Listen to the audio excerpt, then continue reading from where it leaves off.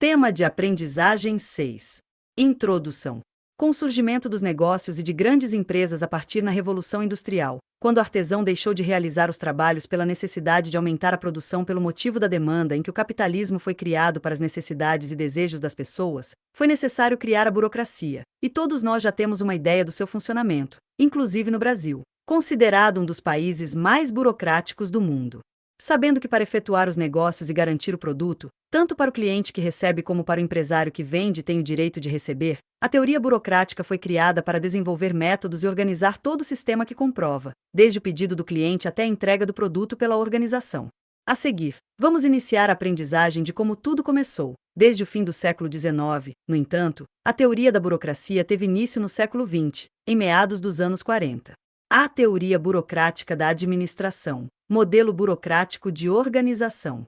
Com o aumento da produção industrial, foi necessário criar modelos para garantir o processo da industrialização, e um dos autores, o economista e sociólogo Max Weber, considerado o pai da teoria burocrática, teve relevante importância para novos administradores na busca de inspirações para a nova fase da administração. Weber, quando sugeriu esta abordagem, tinha em mente mostrar que a burocracia tinha grandes vantagens e que considerava uma coisa boa, um modelo para organizar os trabalhos vindo a facilitar e melhorar o cotidiano de nossas vidas, ou seja, em nosso dia a dia. O que se buscava na burocracia era que as equipes fossem organizadas, acrescentando documentação todas as decisões tomadas e os passos necessários para diminuir a chance de erros, possibilitando menos exposição ao imprevisto. Dessa forma, quanto mais documentada a informação, devidamente armazenada e de fácil acesso, o trabalho de outras pessoas da equipe fosse facilitado, diminuindo assim a possibilidade de cometer erros no andamento dos processos, independentemente da área da empresa. Fica clara a importância de a informação estar compartilhada, pois a morosidade, muitas vezes, complica a compreensão da informação, ou por ser de difícil acesso, surge o nome burocracia. Um exemplo bem claro de como a burocracia vive em nossas vidas. Para quem já teve experiência, tente fazer algo ou solicitar alguma coisa em um órgão público do governo, sabemos que poderá demorar dias, meses ou até anos, como a Justiça brasileira. A escola da burocracia vive em nossas vidas. Desde o dia em que nascemos, precisamos da certidão de nascimento, pois sem ela não existimos perante ao mecanismo do país. Segundo Chavenato, 2011, p. 258, a burocracia é uma forma de organização humana que se baseia na nacionalidade, isto é, na adequação dos meios objetivos, fins, pretendidos, a fim de garantir a máxima eficiência possível no alcance desses objetivos. As origens da burocracia remontam à época da antiguidade. Origens, o surgimento e características da burocracia. A teoria da burocracia teve início nos anos de 1940, depois de muitas críticas em relação a outras teorias, como a clássica e a de relações humanas. O nascimento desta teoria se deu em alguns aspectos, apresentado por Chavenato, 2011. Item contraditórias e oponentes às teorias clássica e de relações humanas, não eram capazes de uma abordagem global, obrigando a ter mais enfoque amplo e completo na organização, pois foram consideradas extremistas e incompletas em questão da organização. Verificou-se a falta de uma organização capaz de caracterizar as variáveis dos comportamentos dos indivíduos que devem ser aplicados não apenas na fábrica, mas em toda a organização humana e de preferência também em toda a empresa. Definir modelos e métodos organizacionais para os desenvolvimentos estruturais e burocráticos, pelo aspecto da crescente complexidade nas empresas, isso poderia afetar o seu tamanho para o crescimento, quando necessário, conforme a demanda dos pedidos na produção ou pela demanda de serviços. A burocracia, tal como ela existe hoje, como base do moderno sistema de produção, teve sua origem nas mudanças religiosas, verificadas após o Renascimento. Weber salienta que o sistema moderno de produção, racional e capitalista, não se originou das mudanças tecnológicas nem das relações de propriedade, como afirmava Karl Marx, mas de um novo conjunto de normas sociais e morais as quais denominou ética protestante. Verificou-se que o capitalismo, a burocracia e a ciência moderna constituem três formas de racionalidade que surgiram a partir dessas mudanças religiosas ocorridas nos países protestantes e não nos países católicos. O protestantismo e o capitalismo têm uma semelhança imprescindível em relação ao comportamento. Chavenato, 2011, p. 243. A burocracia de Max Weber. Max Weber é considerado o pai da burocracia. Nascido em 1846, veio a falecer em 1920, sociólogo, trouxe para o conhecimento de todos o papel da burocracia nas organizações. Burocracia é um sistema exagerado por regulamentos e papéis se referindo ao sentido popular. Mas para Max Weber, segundo Ribeiro, 2010, a abordagem trata de um sistema ou modelo em que a estrutura é organizada por normas escritas visando racionalidade e igualdade de tratamento de todos os casos e situações. Ainda Weber informa que em uma organização, a hierarquia se organiza com regras e normas técnicas que regulam cada ação de cada cargo. Maximiano, 2011, descreve que a burocracia determinada por Weber é uma forma racional de dominar as pessoas, funcionários ou uma nação com autoridade, buscando a precisão na obediência, continuidade, disciplina rigorosa e confiança. Mesmo após guerras e revoluções, o conceito indicado para a burocracia e seu funcionamento continuavam igualmente ao governo anterior, ou seja, o controle rigoroso de situações, como as normas e regras, que cada cidadão deveria apresentar e corresponder a esse sistema controlado por pessoas poderosas. Um exemplo de burocracia, basta a necessidade de algum serviço público e podemos perceber o montante de notas, papéis, recibos, certidões que é necessário para realizar um procedimento. Para Max Weber, o conceito de burocracia era antes de tudo melhorar os procedimentos internos da organização, na busca de decisões concretas e que pudessem melhorar a vida das pessoas e da equipe, buscando padrões de racionalidade e eficiência no mecanismo da produção ou dos serviços prestados. No quadro a seguir, podemos perceber a visão de Max Weber. Visão de Max Weber na teoria da burocracia. 1. Divisão de trabalho. Os trabalhos são divididos em tarefas simples, rotineiras e bem definidas. 2. Hierarquia de autoridade. Os cargos ou postos são organizados em uma hierarquia. Cada um dos postos inferiores é controlado e supervisionado por um mais elevado. 3. Seleção formal. Todos os membros da organização serão selecionados com base em qualificações técnicas demonstradas por treinamento, educação ou exame formal. 4. Regras e regulamentos formais. Para garantir uniformidade e regulamentar as ações dos funcionários, os gerentes devem recorrer constantemente às regras organizacionais formais. 5. Impessoalidade. Regras e controles são uniformemente aplicados, evitando-se envolvimento com as personalidades e preferências pessoais dos funcionários. 6. Orientação de carreira. Os gerentes são funcionários profissionais e não proprietários das unidades que administram. Trabalham em troca de salários fixos e seguem suas carreiras dentro da organização. Tipos de sociedade.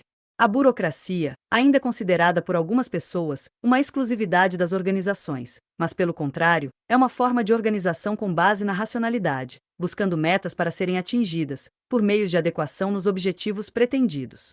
Segundo Ribeiro, 2010, na visão de Weber, a burocracia teve mudanças fundamentais nos tempos atuais pela religião logo após o Renascimento, com base no sistema de produção. Podemos verificar que, em alguns sentidos, muita coisa mudou do século passado para o atual, mas uma coisa ainda é a mesma: a busca pelo poder. Com isso, Weber considerava que a burocracia não é um sistema social, mas um tipo da busca pelo poder. Weber, para entender melhor esse sistema de poder, dividiu a sociedade em 3 tipos. A primeira sociedade é a tradicional, com características patriarcais, patrimonialistas, com a família, clã, etc. A segunda é carismática, com características místicas, arbitrárias e personalísticas, como partidos políticos, nações revolucionárias, etc. Por fim, a terceira sociedade é a legal, racional ou burocrática, com normas impessoais, racionalidade, como nas grandes empresas, nos exércitos, etc. Para um melhor entendimento, Ribeiro, 2010, com base nas teorias de Weber, apresenta no quadro a seguir a tipologia da sociedade e das autoridades com suas características. Percebemos, no quadro, um resumo das características das sociedades e das autoridades que existem ou existiram, mas podemos perceber que nos dias atuais muitas situações não mudaram. Assim, uma evolução da burocracia ainda está longe de acontecer. Vejamos os seguintes tipos de autoridades, segundo Weber, apresentados por Ribeiro, 2010, e Chiavenato, 2011.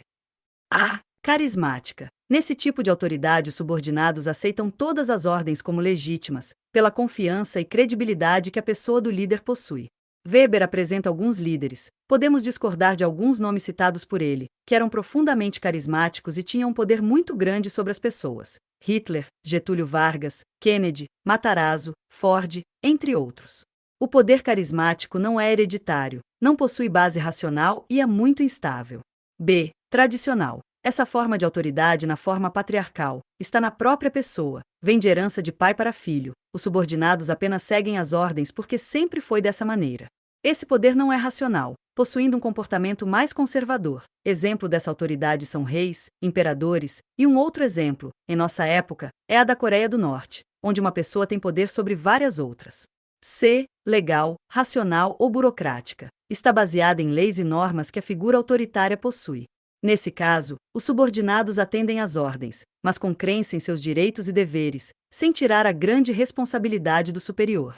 Tem o direito de autoridade limitado, como exemplos, presidentes de países democráticos, empresas, entre outros.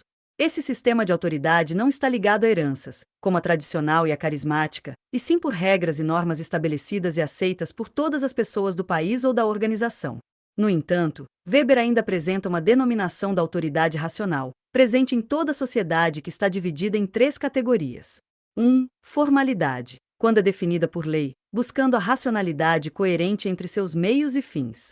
Chefe, magistrado e/ou funcionário seguem uma ordem hierárquica bem definida, aceita por todos, com regulamentos e normas apropriadas para que seguem um sentido único da democracia.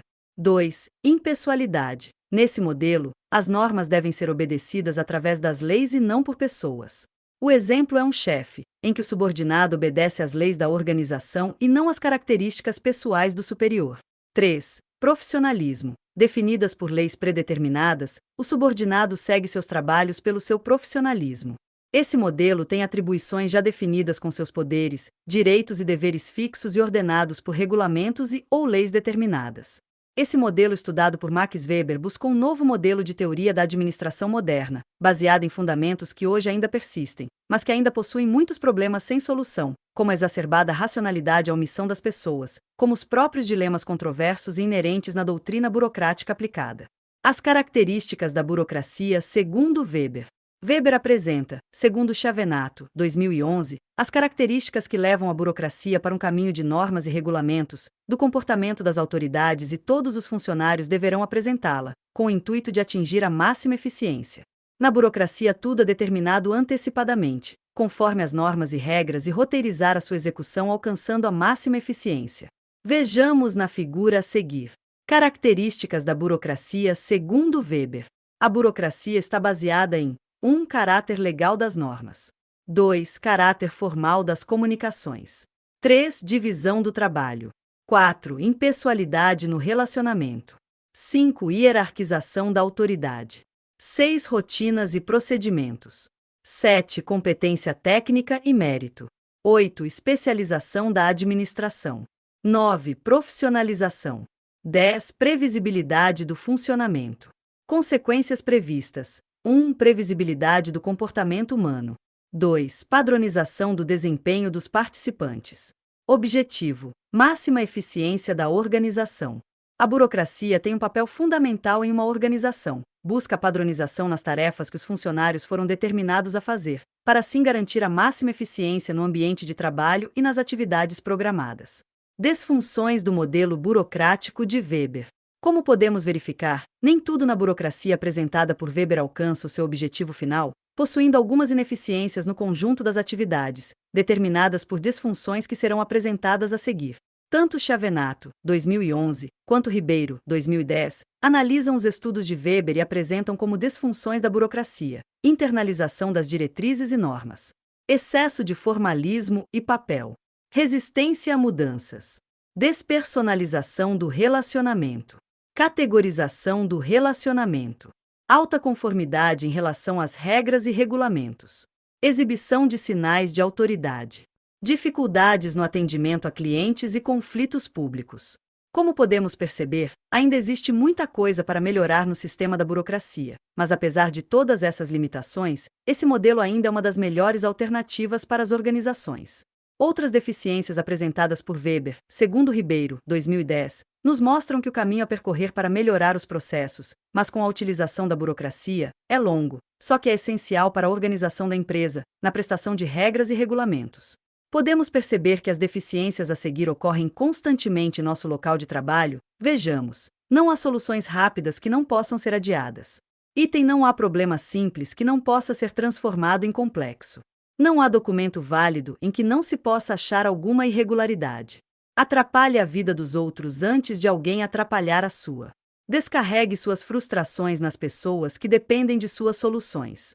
Humilhe sempre as pessoas de condições social modesta, que não têm como revidar suas grosserias. Item burocrata que é burocrata defende o outro em qualquer circunstância. O poder do burocrata aumenta em progressão geométrica, enquanto que o poder do indivíduo comum aumenta em progressão aritmética. O burocrata moderno não está apenas na administração pública, ele pode trabalhar em qualquer lugar. A questão apresentada pode ocorrer em qualquer empresa, pública ou privada. A burocracia e a personalidade das pessoas estão em todos os lugares. No entanto, cabe à organização saber e aprender a trabalhar com essa situação e buscar a máxima eficiência. Vantagens e desvantagens da burocracia. A burocracia, pela sua obrigatoriedade nas organizações, ainda é um modelo utilizado de uma forma ainda contundente e seus problemas com suas deficiências geram lentidão na tomada de decisão e que não podem ser adiadas. Comparado com as empresas, pouca coisa muda. É importante a necessidade de apreciar o que está errado. Dessa forma, o melhoramento dos processos internos é importante para a empresa transmitir confiança às pessoas e aos funcionários. Vejamos no quadro a seguir algumas vantagens e desvantagens apresentados por Weber, segundo Ribeiro, 2010. Vantagens e desvantagens da burocracia. Vantagens: maior eficiência, atendimento padronizado, divisão do trabalho, impessoalidade no relacionamento, hierarquização da autoridade, regras e procedimentos, mérito, especialização na administração, previsibilidade do funcionamento. Desvantagens: ineficiência, excesso de formalismo, excesso de documentos, papéis e arquivos, despersonalização do relacionamento, decisões muito padronizadas, inchamento do quadro profissional, alto grau de conformismo, atendimento ao público precário. Apreciação crítica da teoria burocrática. A burocracia, independente do ramo de negócio, possui possibilidades distintas que podem melhorar o processo, como podem piorar e deixar mais lentas algumas situações que deveriam ser mais rápidas em suas execuções. A burocracia é uma forma de organizar de forma racional as pessoas para desenvolver seus trabalhos de forma correta e eficiente. Alguns problemas que podemos mencionar com a morosidade da burocracia é o excesso de burocracia. Alguns erros, como o do fracasso que a burocracia apresenta, segundo Chavenato, 2011, são os erros de conceitos, pois fracassa o modelo de burocratizar adequadamente algo que deveria ser na forma mais rápida. A segunda é o impacto que apresenta a sociedade com as diversas dificuldades de solicitar um serviço ou procedimento para regularizar alguma situação particular do cidadão ou da organização. A burocracia no Brasil é um dos maiores problemas, dificultando serviços que deveriam ser realizados instantaneamente, às vezes levam meses ou até mesmo anos. Um exemplo simples é a abertura de uma empresa, que pode chegar a mais de 3 meses. No entanto, corre no Congresso melhorias e desburocratização para esse problema. Chiavenato, 2011, no quadro a seguir, apresenta os graus da burocracia na realização de alguns processos importantes para a sociedade e para as empresas. Segundo Ribeiro, 2010, e Chiavenato, 2011, uma das maiores críticas referente à teoria da burocracia é o excesso de racionalismo e formalismo que as organizações, tanto as governamentais como as privadas, dedicam à natureza operacional para formalizar a operação, racionalizando tudo e todos no ambiente em que está inserida. Ribeiro, 2010, e Chiavenato, 2011, ainda descrevem que a burocracia não considera a organização de maneira informal, não tem ênfase nas pessoas, pois não considera o crescimento pessoal e seu desenvolvimento individual. A comunicação fica evidentemente prejudicada, as informações chegam distorcidas aos funcionários, pois a hierarquia fica centralizada. Também existe uma grande dificuldade na resolução de conflitos entre as classes, já que cada um tem seu papel bem definido e estabelecido, não tendo a opção do aproveitamento individual e potencial humano, pela falta de liberdade de fazer os procedimentos diferentes, que garantam uma melhor eficiência nos trabalhos. Ainda apresentando algumas críticas com o excesso de burocracia, Chiavenato, 2011, Ribeiro, 2010, e Maximiano, 2011, apresentam os problemas que fazem a morosidade e a dificuldade na execução de tarefas e procedimentos se acentuarem. Não considera o crescimento e a personalidade pessoal, conformidade e atitudes das pessoas. Apenas considera a formalidade. Sistema de autoridade do tipo rígida já ultrapassada. Não consegue resolver conflitos internos. Muita hierarquia bloqueando a criatividade, ideias, das pessoas. Desconfiança, medo e represálias. Não compara as novas tecnologias na organização. A personalidade humana é bloqueada, limitada, tornando as pessoas obscuras. Para uma organização funcionar de forma correta, é necessária a burocratização, mas deve ser usada formal e informalmente, fazendo com que as pessoas possam ser criativas, mas com a garantia do profissionalismo pessoal, e que a organização possa ter confiança nos trabalhos realizados. A organização como um sistema fechado. A teoria da burocracia visualiza as organizações como entidades absolutas que existem no vácuo como sistemas fechados. Essa teoria não considera o contexto externo no qual a organização está inserida, as mudanças ambientais e suas repercussões no comportamento da organização. A burocracia define seu próprio modo de recrutar os funcionários, as relações internas entre eles, os esquemas de produção, etc., não dependendo para isso da coletividade que a sustenta ou do ambiente que a rodeia. Nesse aspecto, a burocracia é totalmente livre de qualquer intervenção externa. Porém, isso não significa que ela não mantenha interação com elementos ou organizações do ambiente que a circunda. Chiavenato, 2011, p. 280. A teoria estruturalista da administração. Ao final da década de 1950, percebeu-se o declínio das teorias clássicas e humanas. Surge, então, a teoria burocrática, tipicamente formalizada prejudicando o comportamento humano, mas ainda democrática. Com os problemas gerados pelo excesso da burocracia, era necessária uma nova teoria, mais abrangente e que fosse colocada em consideração uma organização formal e complexa, a qual deveria ter uma grande interação social. Com a necessidade de encontrar um equilíbrio diante das várias críticas apresentadas para a teoria burocrática, é que ficou claro que o modelo não atenderia às necessidades das organizações. A nova teoria, chamada de estruturalismo, criada por Amitai Etzioni, foi que apresentou um modelo integrado para o desenvolvimento de uma nova gestão dentro das organizações. O estruturalismo de Amitai Etzioni. Amitai Etzioni é um sociólogo, estudou as organizações sob forma de ótica de integração com a sociedade, relacionando as mudanças no ambiente organizacional e na sociedade. Voltado para análises mais sociais, Etzioni atuou em favor da sociedade, buscando o ajustamento das organizações mais avançadas. Sua obra apresenta que a forma de trabalhar resulta que o ser humano nasce, vive e morre prisioneiro das organizações. No entanto, suas ideias auxiliaram no melhor aproveitamento da teoria da burocracia, criando, assim, a teoria estruturalista, trabalhando o humano na formalidade e integrando a informalidade no processo individual para o crescimento pessoal e da organização. Origens e o surgimento da teoria estruturalista. A teoria estruturalista tenta reunir todas as teorias anteriores, buscando entendimento entre a clássica, organização formal, relações humanas, organização informal, tanto no resultado de adoções de recompensas materiais, clássica, e sociais, humanas. A teoria estruturalista estudava o ambiente externo e interno na organização, procurando integrar as duas formas de ambiente, a formal e a informal, em um equilíbrio constante para ambas as partes, sem perdas e ganhos exagerados, mas que os entendimentos entre elas pudessem melhorar o ambiente interno da organização.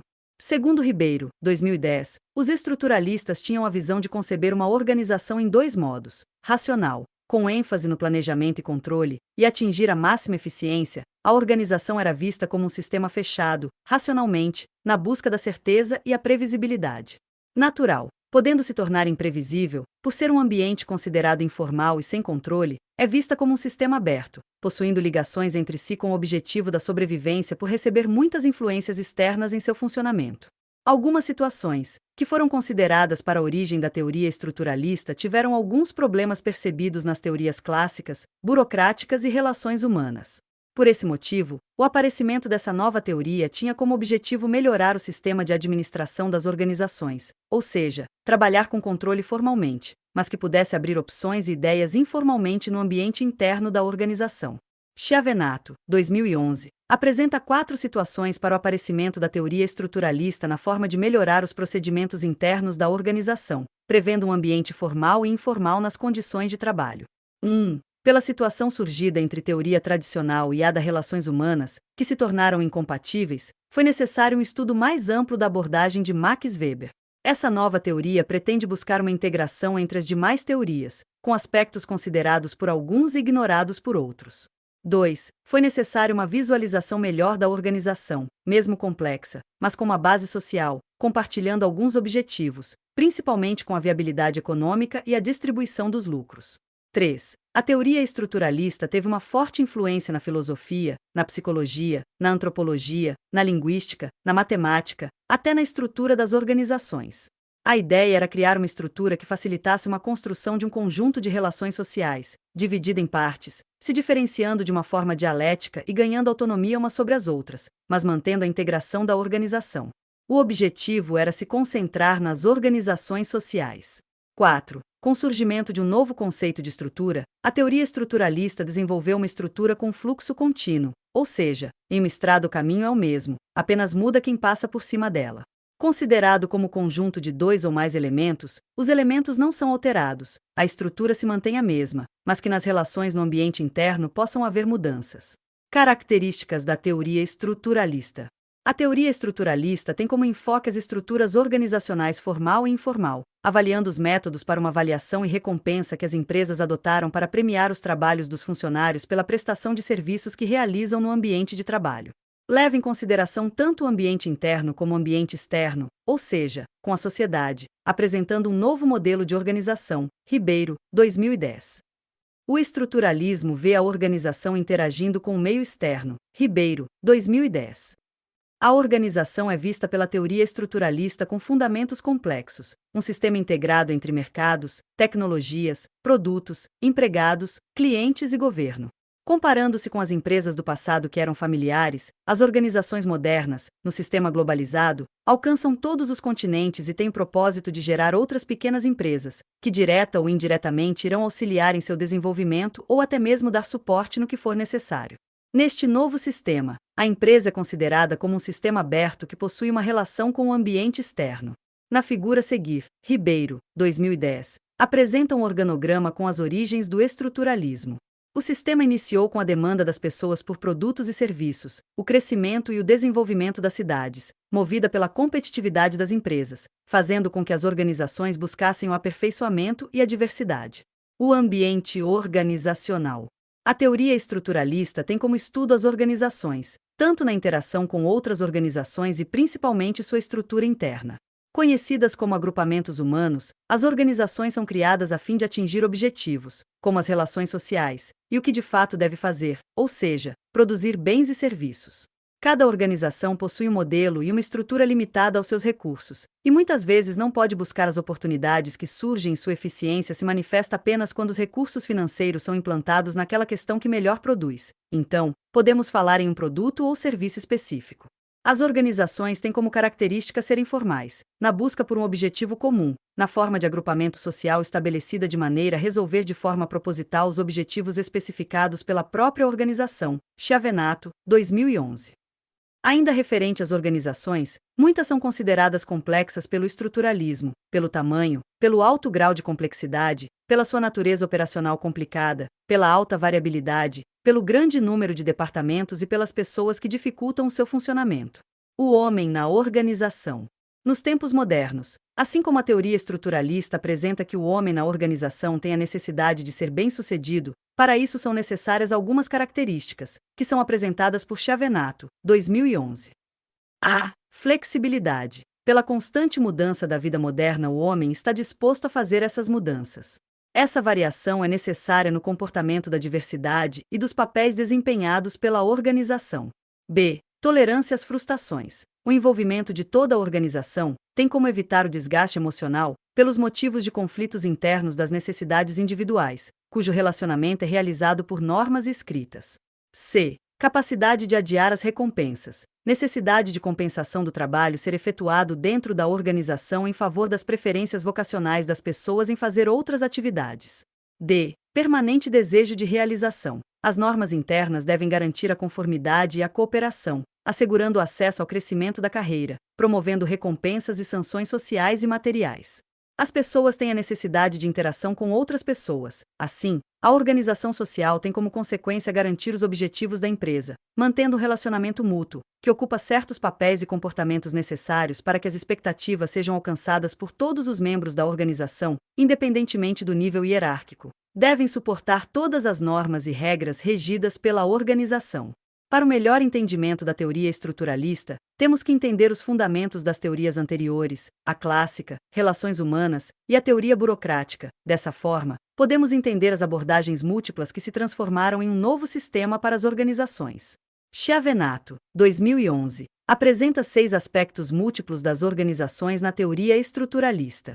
1. Organização formal e informal. Como é de conhecimento de todos, a teoria clássica tinha como base os aspectos formais, a teoria de relações humanas os aspectos informais, e a teoria estruturalista desenvolveu seu estudo agregando as duas teorias na organização, sempre se baseando na teoria burocrática.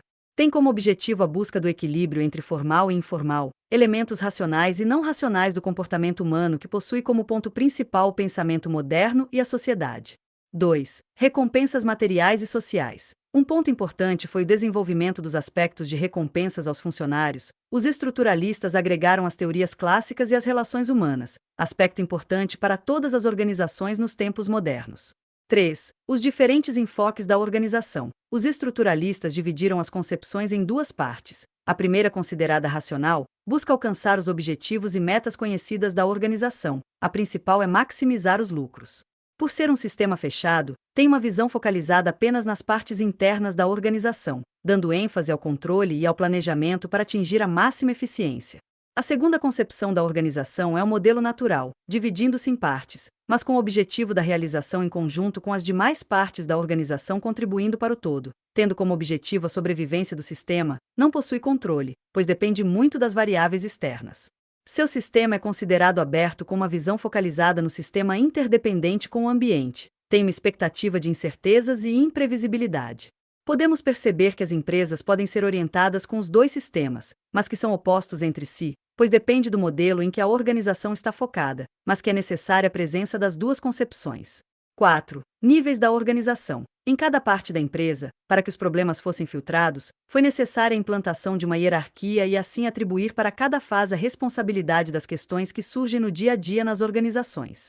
Os planos estão divididos em 3 níveis. A. Nível institucional, denominado como nível estratégico da organização, é o nível mais elevado que define as estratégias e o caminho que a empresa deve seguir com assuntos relacionados em longo prazo.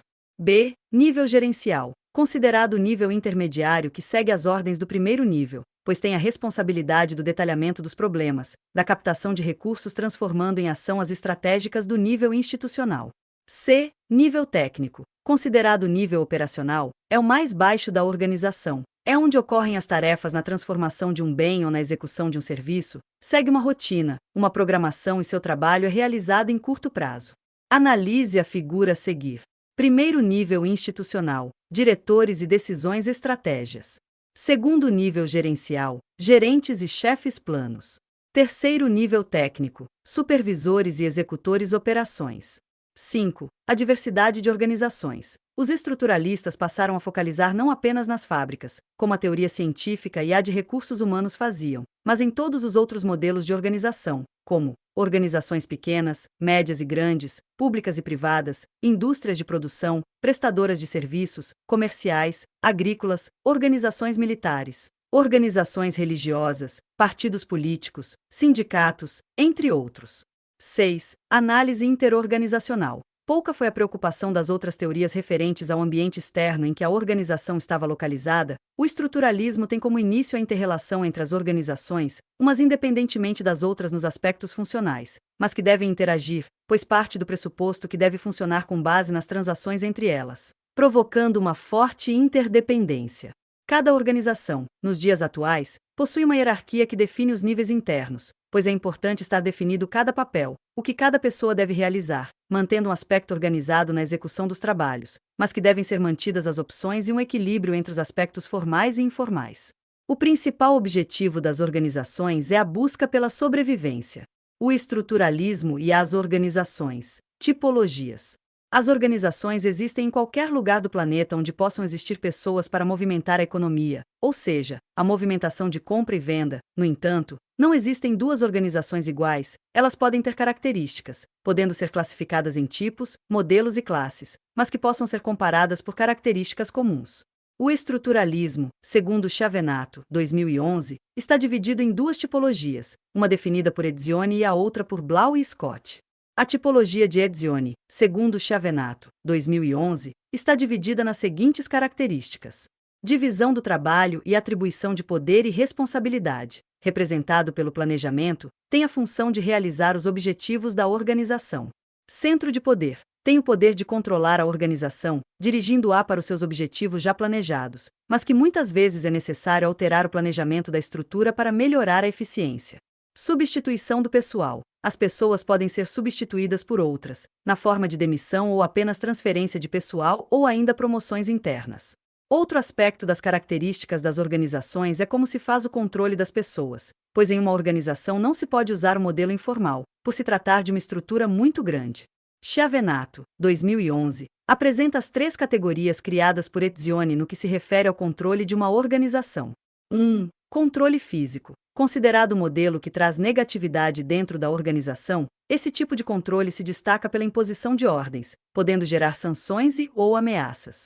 Esse modelo faz com que as pessoas sejam obrigadas a obedecer com a imposição da força e do medo, baseada em punições. 2. Controle material. Esse modelo equivale a promoções, ou seja, é baseado na aplicação de meios de recompensas materiais. Considerado um controle de interesse, onde o pessoal deve realizar o trabalho corretamente e assim merecer os incentivos na forma de bens ou materiais. 3. Controle normativo. Tem como base as ações sociais, medidas em crenças, fé, amor, aceitação e prestígio. É um modelo que utiliza a ética e a moral no controle das pessoas. Para finalizar as tipologias do modelo de Etzioni, as organizações estão classificadas no tipo de obediência. Chiavenato, 2011, apresenta os 3 modelos. 1. Coercitivas. Utilizar-se o poder físico imposto através de punições ou prêmios geralmente apresentados por pessoas alienatórias, pessoa psicologicamente não interessada, forçada a permanecer na organização sem sua vontade. 2. Utilitárias. Através de incentivos econômicos, esse modelo de controle é através da remuneração salarial, baseada em benefícios, geralmente com pessoas calculativas, pessoal interessado no trabalho através dos benefícios econômicos apresentados pela organização, pelo seu esforço. 3. Normativas. Baseadas no consenso entre as pessoas, esse modelo tem como controle a moral dos participantes, buscando o envolvimento e a motivação.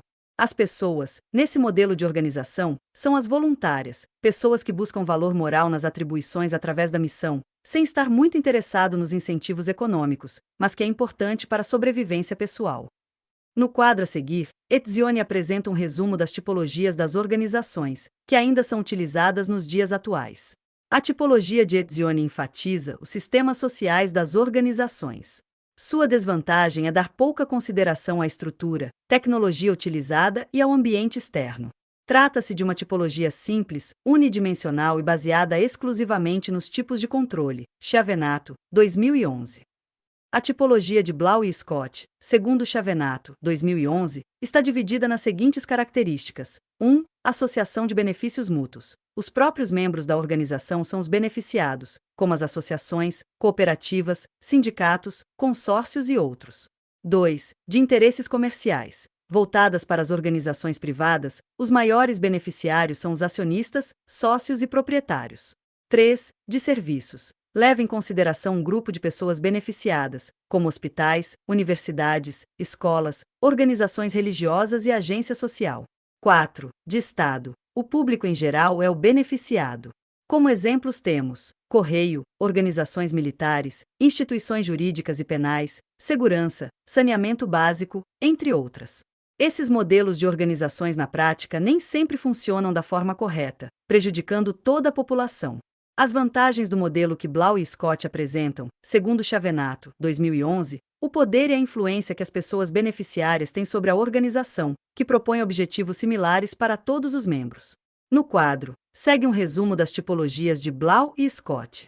Da mesma forma que ocorre com a tipologia de Etzioni, a classificação de Blau e Scott não fornece informações a respeito das diferentes tecnologias, estruturas ou sistemas psicossociais e administrativos existentes nas organizações. Trata-se também de uma tipologia simples e unidimensional. Chiavenato, 2011. Apreciação crítica da teoria estruturalista.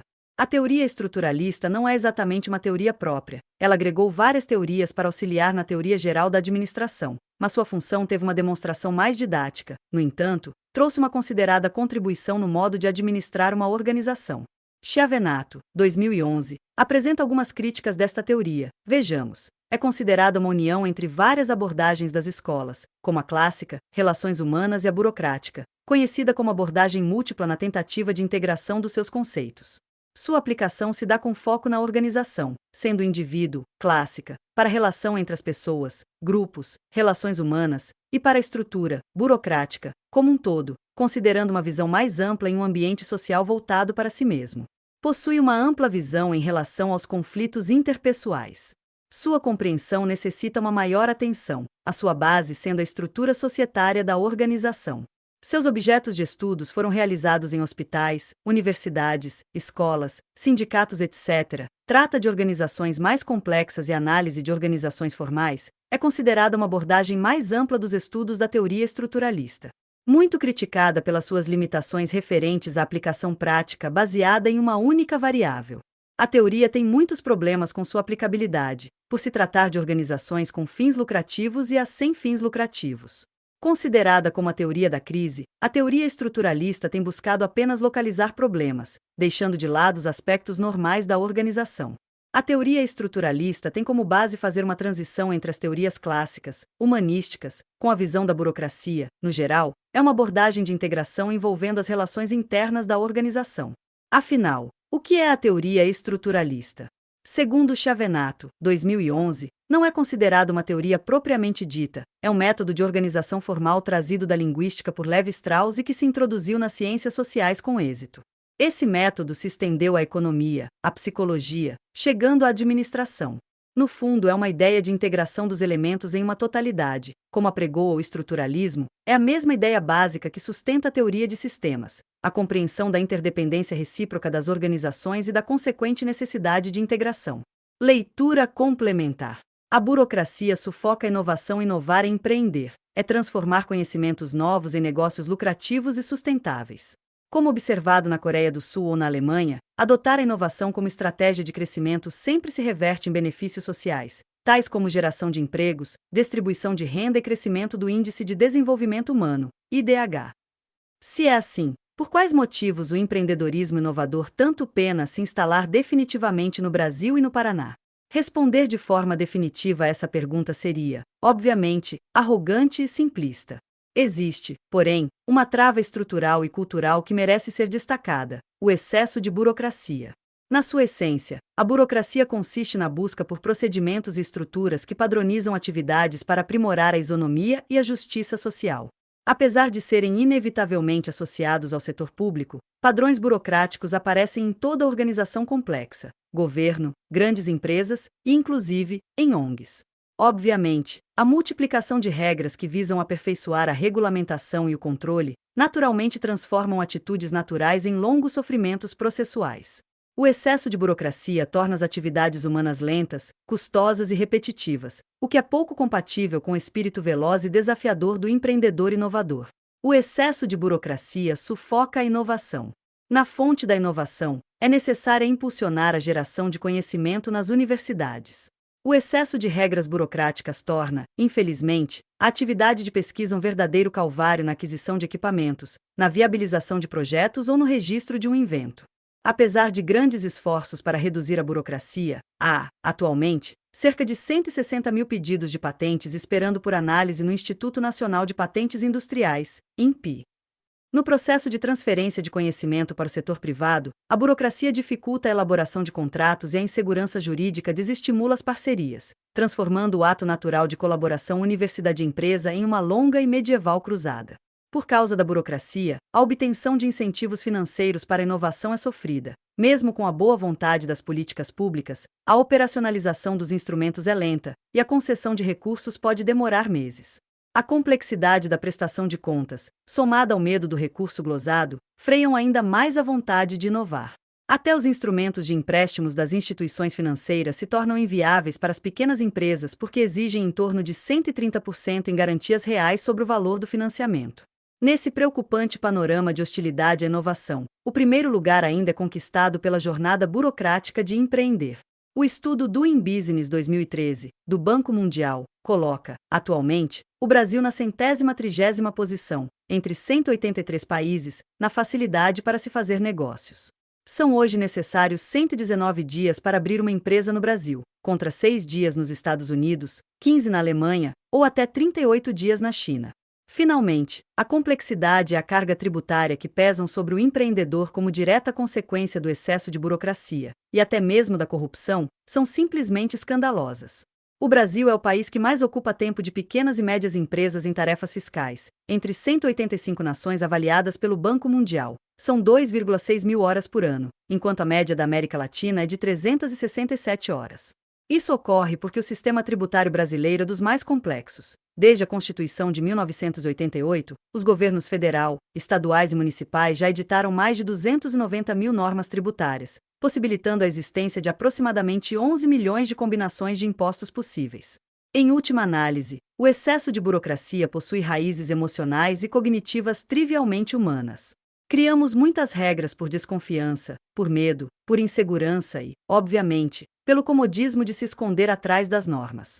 Essas raízes culturais da burocracia são freios estruturais dramáticos para a inovação e o crescimento, e necessitam imperativamente ser combatidas, por cada um de nós, desde as atividades mais simples até as decisões mais complexas. Resumo do tópico 6 neste tópico. Você estudou a teoria burocrática e a teoria estruturalista. A burocracia foi apresentada para organizar a empresa e seguir normas que orientam procedimentos administrativos com controle exagerado. O modelo burocrático ganhou força pela simplicidade e limitação das escolas anteriores, principalmente a clássica e a comportamental. O objetivo dessa teoria era adotar um modelo gerencial formalizado, com impessoalidade e profissionalismo, utilizando as características de legalidade, formalidade, hierarquia, racionalidades e rotinas pré-estabelecidas para a sequência da organização administrativa. Essa teoria foi muito criticada pela alta inflexibilidade operacional, pois era muito exagerada ao apego das normas e regulamentos, e a grande dificuldade de promover mudanças quando eram necessárias. Outro grande problema era a autocracia, muito aparente. Podemos ter como exemplo de burocracia nos dias de hoje os órgãos governamentais. A teoria estruturalista surgiu para minimizar os problemas da teoria burocrática, tendo um conceito mais aberto das contribuições das teorias clássica e humanística, motivando o homem a desempenhar vários papéis dentro da organização. O trabalho cooperativo e coletivista fez com que a teoria estruturalista procurasse integrar um equilíbrio entre a organização formal e a informal.